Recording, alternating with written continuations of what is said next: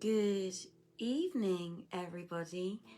Welcome to the live reading of 1001 Nights, read to you by Joanna Godwin-Seidl. I am the director, producer, and an actress of Vienna Theatre Project, and it's very nice to welcome you all this evening to this reading.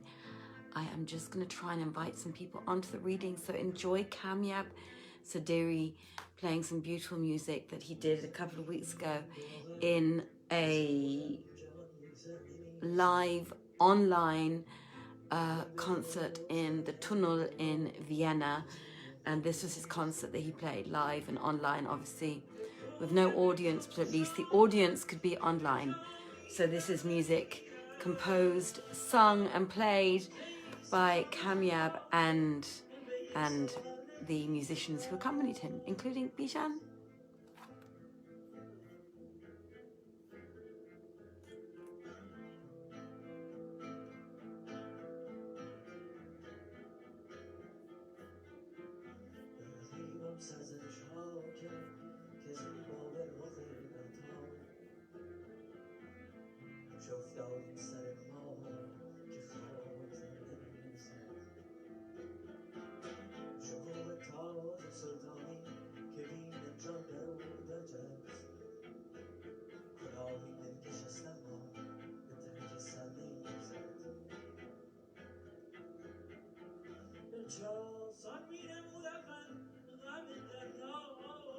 I'm just sharing to a couple of groups, and then I will share to some more groups afterwards, but just so that we can get some more people involved in our reading this evening for the moment.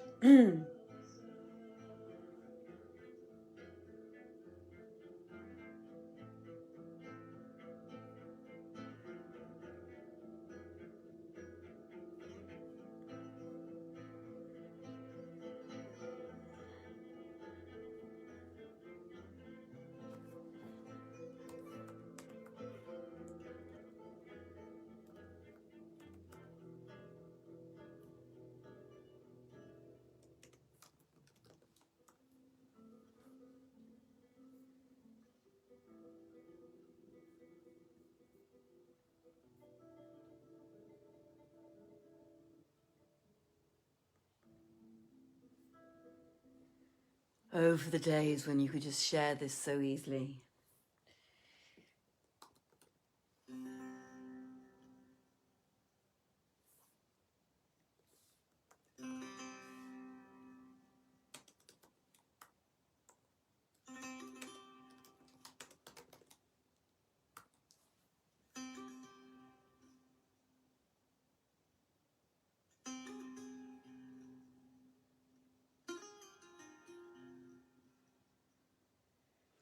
And this, of course, is my favourite piece of music from Kamyab. It's called Went.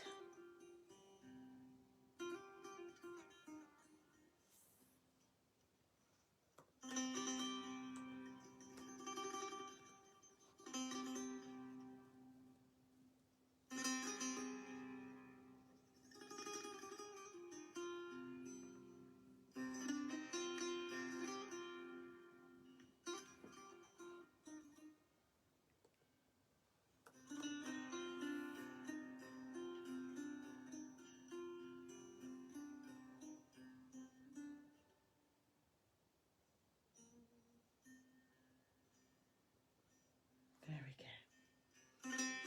We'll just let all that go, shall we, and happen in our little stratosphere of emails. Let me just turn camera down a little bit.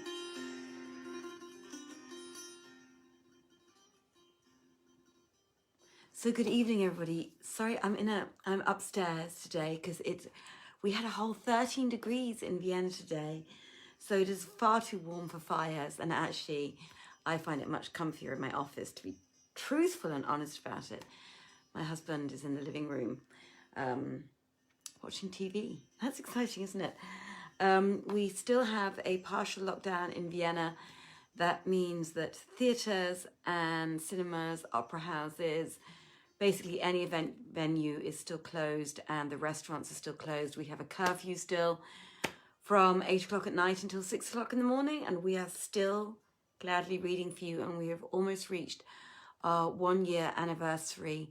And on the 20th of March 2021, Saman and I will have been reading 1001 Nights for 1 year by then, and I read the first night on the 20th of March in 2020.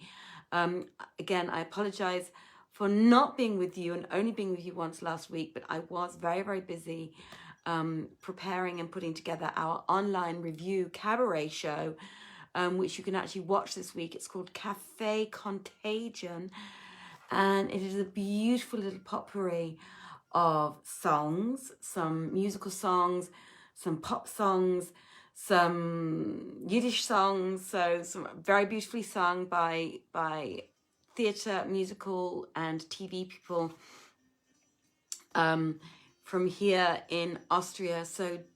And we have some monologues as well. We have people acting in it.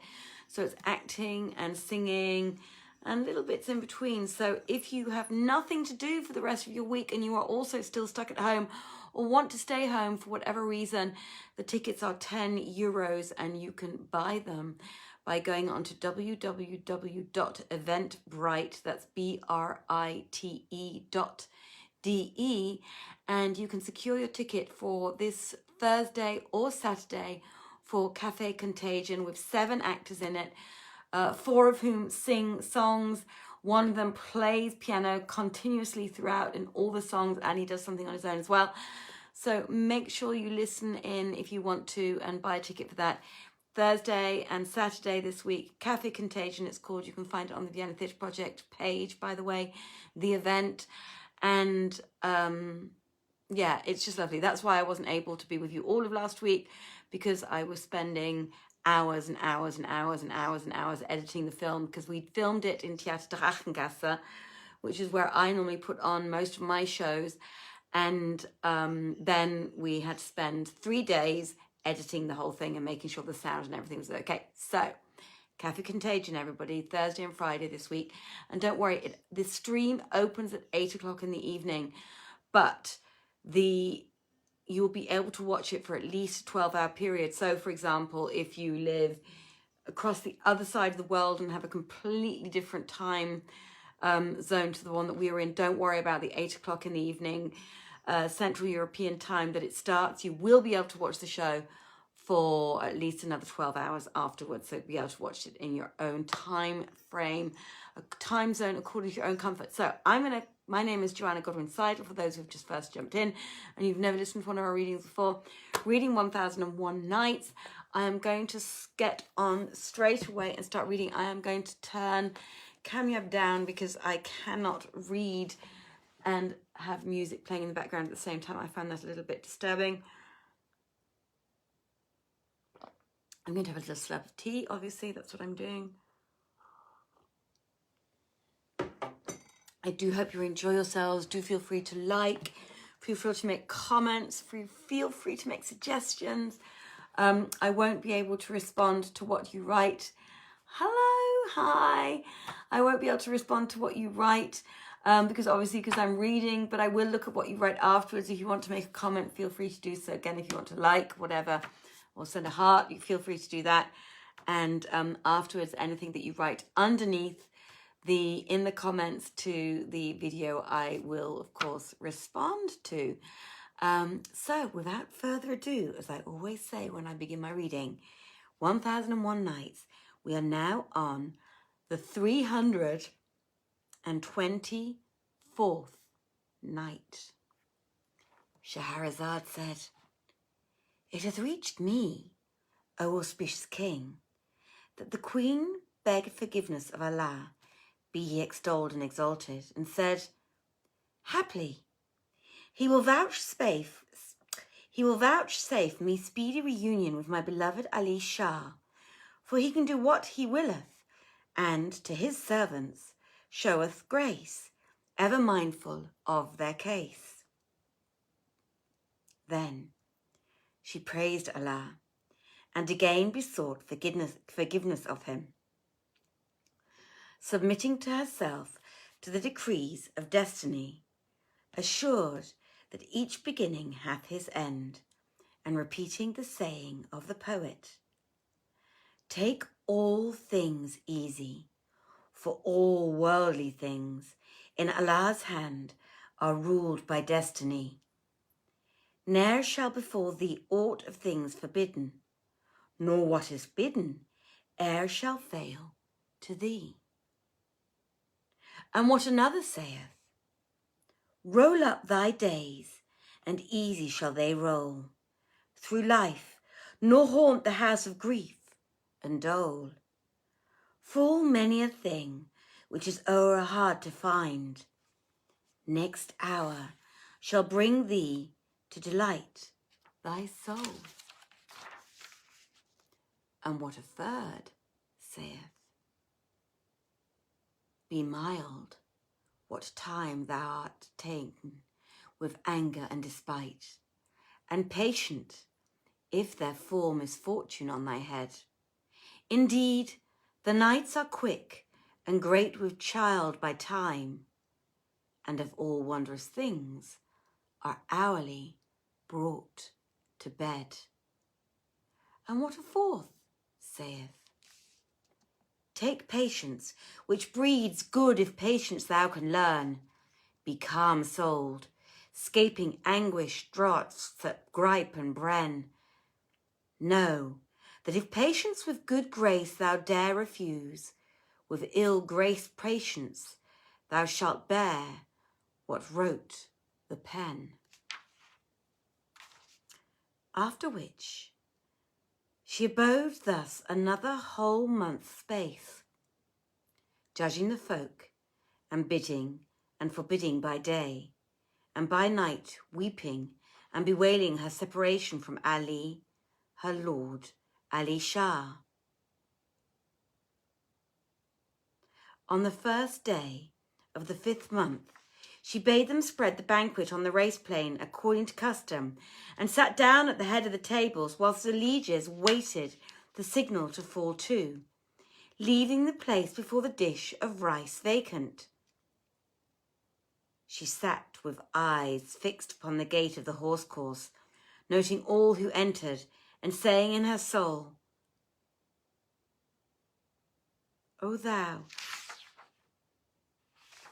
who restoredst Joseph to Jacob, and didst away the sorrows of Job, vouchsafe of thy might and thy majesty to restore me, my lord, Ali Shah. For thou over all things art omnipotent, O Lord of the worlds, O guide of those who go astray, O hearer of those that cry, O answer of those who pray. Answer thou my prayer, O Lord of all creatures. Now, hardly had she made an end of her prayer and supplication when, behold, she saw entering the gate of the horse plain a young man, in shape like a willow branch, the comeliest of youths and the most accomplished, save that his face was wan and his form wasted by weariness. Now, as he entered and came up to the tables, he found no seat vacant, save that over against the dish of sweet rice. So he sat down there, and when Zumurrud looked upon him, her heart fluttered, and observing him narrowly, she knew him for her lord Ali Shah, and was like to have cried out for joy, but restrained herself, fearing disgrace before the folk. And albeit her bowels yearned over him, and her heart beat wildly, she hid what she felt. Now, the cause of his coming thither was on this wise. After he fell asleep upon the bench, and Zumurrud let herself down to him, and Joanna the curd seized her, he presently awoke and found himself lying with his head bare. So he knew that someone had come upon him and had robbed him of his turban while he slept. So he spoke the saying which shall never shame its sayer, and which is, Verily, we are Allah's, and to him are we returning. And going back to the old woman's house, knocked at the door. She came out, and he wept before her, till he fell down in a fainting fit. Now, when he came to himself, he told her all that had passed, and she blamed him and chided him for his foolish doings, saying, Verily, thine affliction and calamity come from thyself. And she gave not over approaching him till the blood streamed from his nostrils, and he again fainted away. When he recovered from his swoon, and Shahrazad perceived the dawn of day and ceased saying her permitted say. Now, when it was the 325th night, she said, It has reached me, O auspicious king, that when Ali Shah recovered from his swoon, he saw the old woman bewailing his griefs and weeping over him. So he complained of his hard lot and repeated these 2 couplets. How bitter to friends is a parting, and a meeting how sweet to the lover. Allah join all the lovers he parteth, save me, who of love ne'er recover. The old woman mourned over him and said to him, Sit here whilst I go in quest of news for thee and return to thee in haste.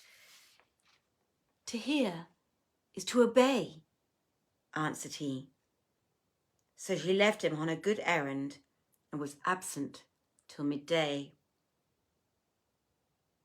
And when she returned and said to him, O Ali, I fear me thou must die in thy grief, and thou wilt never see thy beloved again, save on the bridge of Al-Sirat. For the people of the Christian's house, when they arose in the morning, found the window giving on the garden torn from its hinges and Zumurrud missing. Giving on the garden torn from its hinges and Zumurrud missing, and with her a pair of saddlebags full of the Christian's money. Oh, and when I came hither, I saw the chief of police standing at the door, he and his many, and there is no majesty and there is no might, save in Allah the glorious and the great. Now, as Allah Shah heard these words, the light in his sight was changed to the darkness of night, and he despaired of life and made sure of death. Nor did he leave weeping till he lost his senses. When he revived, love and longing were sure upon him. There befell him a grievous sickness, and he kept his house a whole year, during which the old woman ceased not to bring him doctors and ply him with tisanes and diet drinks and make him savoury broths till, after the 12th month ended, his life returned to him. Then he recalled what had passed and repeated these couplets. severance grief, nigh most union done to death, down railing teardrops, heart fire tortureth, redoubleth pine, and one hath no peace, for love and wake and woe he suffereth. O Lord, if there be thing to joy my soul, deign thou bestow it while I breathe my breath.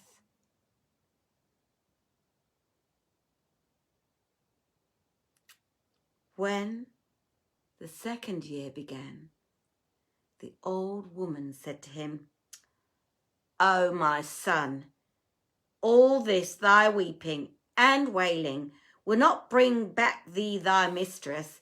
Rise, therefore, gird the loins of resolution, and seek for her in the lands. Peradventure thou shalt light on some news of her.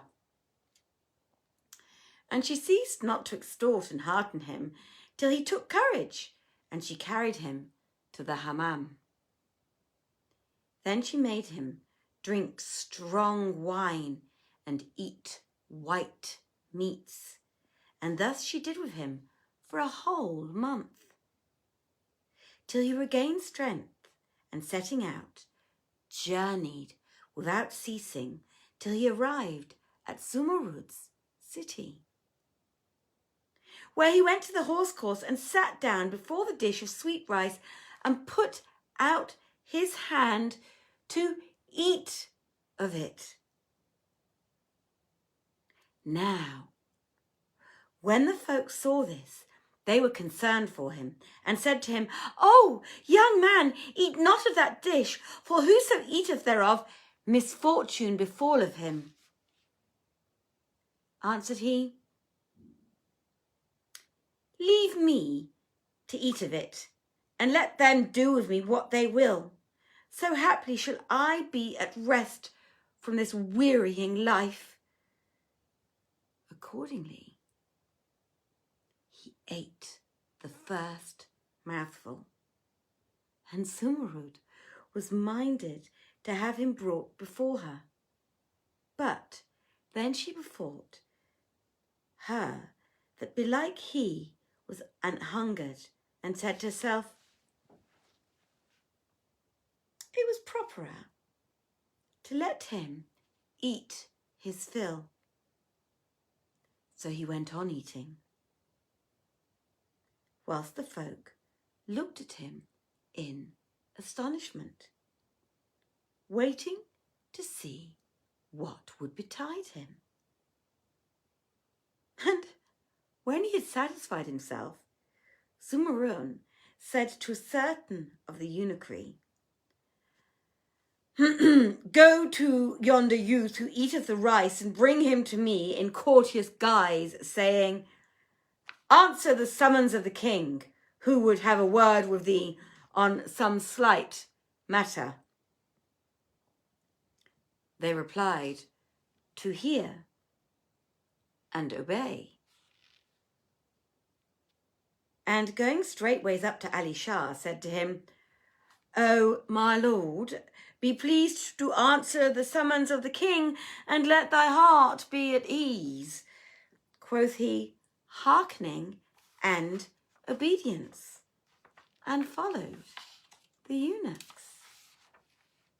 And Shahrazad perceived the dawn of day, and ceased saying her permitted say.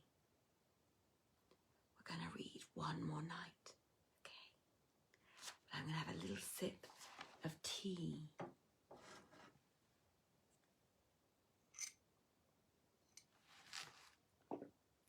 Now cold tea, and I tell you what, I'm sure you can tell that I'm British, and cold tea just does not do it for me. I've got a teacup filled with very rough builder's English tea, and yeah, when it's cold, it's just, you know, needs must. So, because normally I love tea, and it's like, I always say tea is like amber nectar to the soul. It's so beautiful. And in Britain, If you're happy, you have a cup of tea. If you're sad, you have a cup of tea. If you're angry, you have a cup of tea. Whatever your mood is in the UK, you always have a cup of tea. So thank you very much.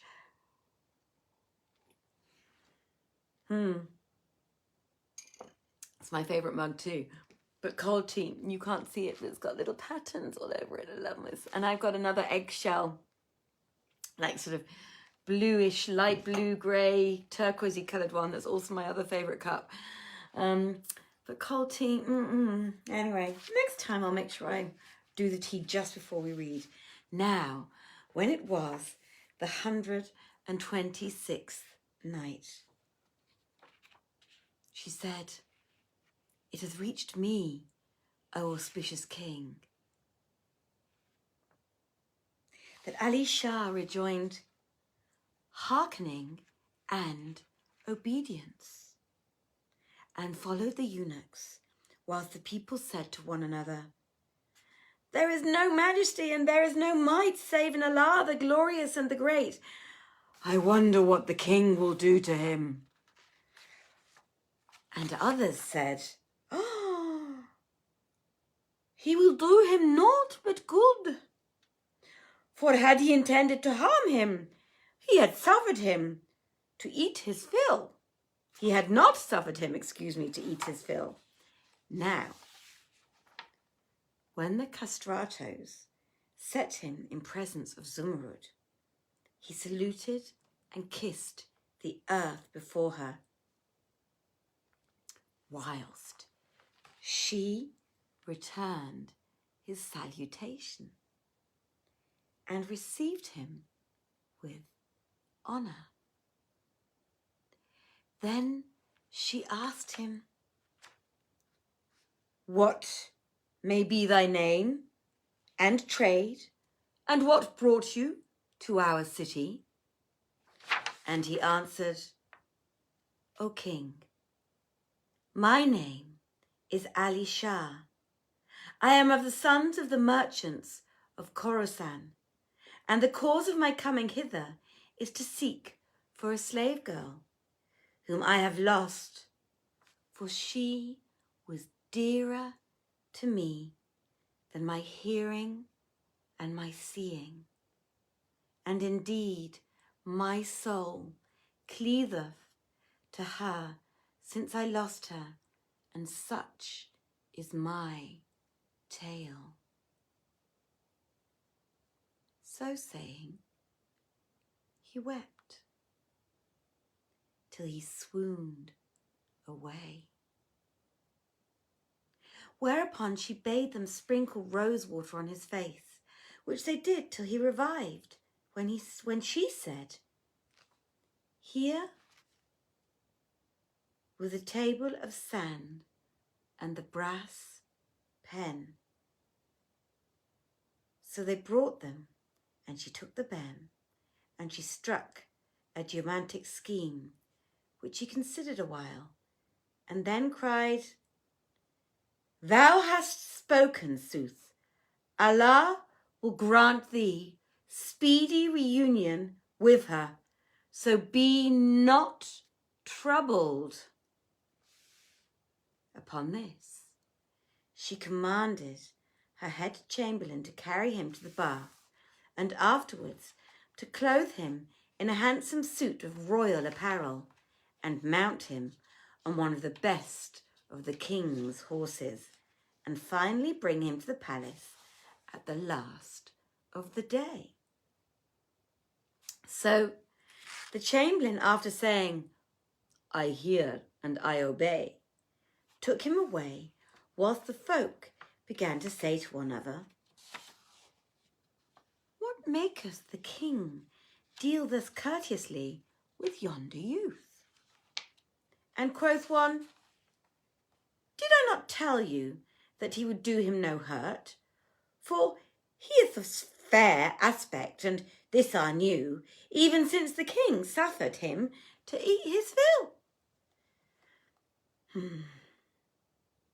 After each said his or her say, after which they all dispersed and went their ways. As for Zumurrud, she thought the night would never come, that she might be alone with the beloved of her heart. And as soon as it was dark, she withdrew to her sleeping chamber and made her attendants think her overcome with sleep. And it was her wont to suffer none to pass the night with her save those two little eunuchs who waited upon her. After a while, when she had composed herself, she sent for her dear Ali Shar and sat down upon the bed with the candles burning over her head and feet and hanging lamps of gold lighting up the place like the rising sun. When the people heard of her sending for Ali Shar, they marvelled thereat, and each man thought his thought, and said his say. But one of them declared, at all events, the king is in love with this young man, and tomorrow he will make him generalissimo of the army. Now, when they brought him into her, he kissed the ground between her hands and called down blessings on her. And she said in her mind, there is no help for it, but I jest with him a while before I make myself known to him. Then she asked him, O Ali, say me, hast thou been to the hammam?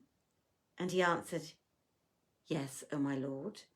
Quoth she, come, eat of this chicken and meat, and drink of this wine and sherbet of sugar, for thou art weary, and after that come thou thither. I hear and I obey, he replied, and she commanded him to do. Now when he had made an end of eating and drinking, she said to him, come up with me on the couch and shampoo my feet. So he fell to rubbing her feet and kneading calves, and found them softer than silk. Then said she, go higher with the massage. And he, pardon me, my lord, to the knee, but no farther. Whereupon quoth she, durst thou disobey me? It shall be an ill-omened night for thee. And Scheherazade perceived the dawn of day and ceased saying her permitted say. I wonder what's going to happen. We have a good idea what's going to happen, of course. But I'm going to leave it up to some man to tell you tomorrow exactly what does happen. Because I think it's going to get a little bit naughty. Maybe. Or so the story's going to continue. Something really terrible is going to happen. And they're going to be parted again for some reason. Or she's going to find herself a new husband. Or he's going to find himself a new 5 wives. Or a jinn's going to get involved or something. Or somebody's going to get poisoned. Or, I don't know, they're going to get carted off to war. One never knows in 1001 nights, because every story is always, always, always guaranteed to be a huge surprise. Well, dear friends, in case you didn't notice, after my last 3 weeks filming and editing and directing and producing, and actually the other thing is, unfortunately, due to me having to do all these things and being around people a lot in theatres, I had to wear masks the whole time. And one thing I discovered already from last February onwards is that me and masks don't really get on very well. So unfortunately, the least company I spend with people in small rooms where I have to wear masks, the better. And the least time I spend in shops, which is great. It's good for my bank account, the better, because unfortunately masks on my chest don't get, my throat don't get on very well. And I always end up losing my voice and getting all sorts of coffee businesses. So, but I had a test again today, and my test was luckily negative. So that was all really positive and very good. I'm going to love you and leave you and wish you all a very good night. Rick, it was lovely seeing you. Hi, Tim. It's always so lovely to see you here. Clementine, good evening. It was a pleasure as usual. I'm going to post this to some other sites so that whoever can feel free to log on from the comfort of their own site. And of course, if you want to share this with people who are not on Facebook, you do know that every night, or Saman does it religiously because she's super organized. Saman religiously posts her reading every night on, or every next day at least, on YouTube. Sometimes a little bit naughty, I'm a little bit late. But I will certainly try and make a big effort to make sure I post this on YouTube tomorrow. And all of our readings are also on YouTube, so you can watch them there. Couple of announcements, don't forget, you can also watch, before you watch this reading tomorrow, you can watch Cafe Contagion on YouTube. The stream opens at 7:45. The show opens at 8 o'clock on YouTube. You have to buy a ticket on eventbrite.de. You can get the link to that ticket from our Vienna Theatre Project event page for Cafe Contagion, and they're only €10. And for €10, you get to see 7 actors being filmed on a stage, singing songs, playing the piano, playing the guitar, doing a little bit of a dancey thing, doing monologues, acting, myself in a pretty dress doing a monologue too. So do watch that before you log on to Saman tomorrow. Again, completing the rest of the story, which may or may not get a little bit raunchy. I will see you again on Friday. Stay safe. Look after yourselves. That's the most important thing right now. Look after yourselves. Stay safe. It was a huge pleasure. It was a huge pleasure. Many, many blessings from me. Have a beautiful day, beautiful evening, sweet, sweet, sweet dreams. Take care. Thank you for listening in. Good night. Bye-bye.